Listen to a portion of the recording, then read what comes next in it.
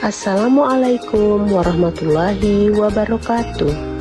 Hai anak-anak ibu semuanya, jumpa lagi di video pembelajaran ibu. Kali ini kita akan belajar teks berita yang ada di kelas 7 kurikulum Merdeka Belajar. Kira-kira bagaimana ya teks berita itu? Yuk simak video berikut sampai selesai. Pembelajaran di semester 2 ini, kelas 7 adalah teks berita. Yang pertama, kita harus mengenal dulu ya, apa sih teks berita itu? Teks berita adalah teks yang melaporkan kejadian, peristiwa, atau informasi mengenai sesuatu yang telah atau sedang terjadi.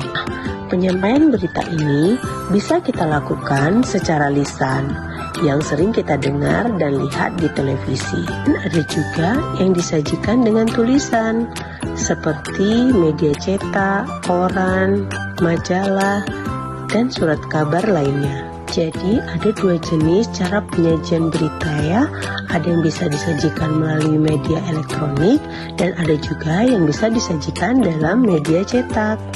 Kemudian lanjut di sini kita lihat ada unsur-unsur yang terdapat dalam teks berita. Nah, apa saja sih unsur-unsur yang terdapat di dalam teks berita?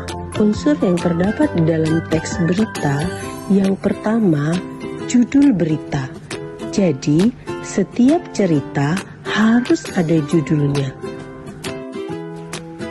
Judul berita ini menggambarkan isi pokok berita. Dan judul berita ini harus dibuat semenarik mungkin. Supaya apa? Supaya menarik perhatian pembaca. Nah, ketika kita membuat judul berita yang menarik, otomatis pembaca akan tertarik untuk membaca berita tersebut. Unsur teks berita yang kedua adalah teks berita. Merupakan bagian terpenting karena berisi pokok peristiwa yang akan diberitakan. Biasanya terdapat istilahnya biasa disebut dengan adik simba.